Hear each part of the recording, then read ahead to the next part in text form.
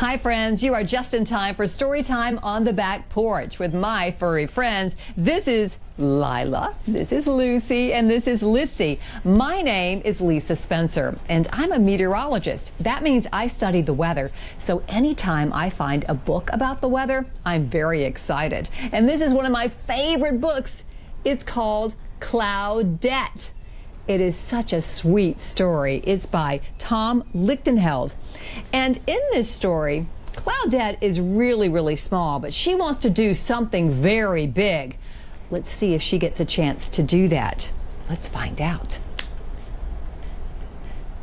Cloudette was a cloud, a very small cloud. Usually, Cloudette didn't mind being smaller than the average cloud. In fact, being small had lots of advantages. Everyone called her cute little names. Hi, Pipsqueak. Hey, Shortcake. Morning, Small Fry. Hey, guys, what's up?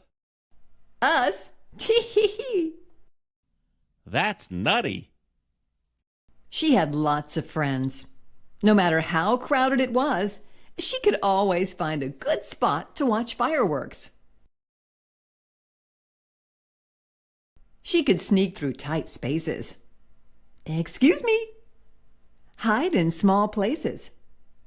I can't find her anywhere. Me either. Tee-hee.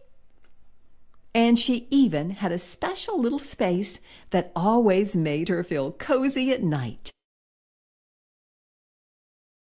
But once in a while, all the other clouds would run off to do something big and important. Come on, Cloudette, join our cold front. We're going to make a huge storm. Yeah, we're gonna water some crops. And make some mighty rivers flow.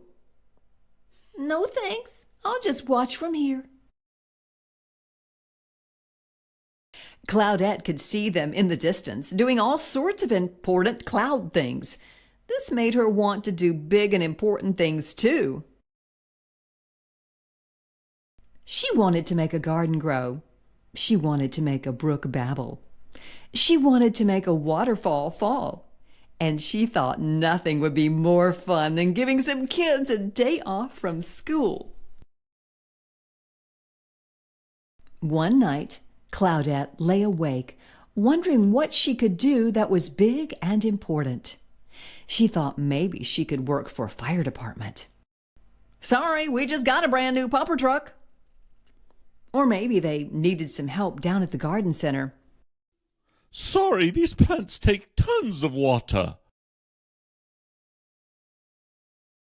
But nobody seemed to need her. Sorry, it's all done by machines. Cloudette was feeling blue. The next day, there was a big storm in Cloudette's neighborhood. The sky got dark, the rain came down like cats and dogs, and the wind blew harder than she had ever seen wind blow before. When the storm finally stopped, Cloudette realized she had been blown far from her neighborhood. She didn't know anyone here. Hello, hi, howdy, how you doing? And they didn't seem eager to get to know her. But pretty soon, she was making new friends and seeing things she'd never seen before. Welcome to our neck of the woods, Small Fry. What a cute little cumulus. Have you seen our new pal? Barely. Then she heard something she'd never heard before. Ribbit? She looked down at what was supposed to be a pond, but was really just a puddle of mud. What happened to your pond, Froggy? It dried up, and now it's more like a puddle than a pond. This gave Cloudette an idea. More like a brainstorm, actually. She held her breath until she started to puff up all over. Then she turned a nice blue-gray color. She kept growing until it looked like she was ready to burst. She shook her behind until it made a little rumbling noise, not quite what you'd call thunder, but enough to let people know that they might want to grab an umbrella. Then she did what she'd wanted to do for ages. She let it pour. Cloudette rained on that little puddle until it grew into a big puddle. And she kept on raining until that big puddle grew into a perfect pond. As soon as she stopped, frogs of every stripe and spot came jumping into the pond. They all let out a big thank you in unison. Ribbit! Thank you in frog. Cloudette was exhausted, but happy.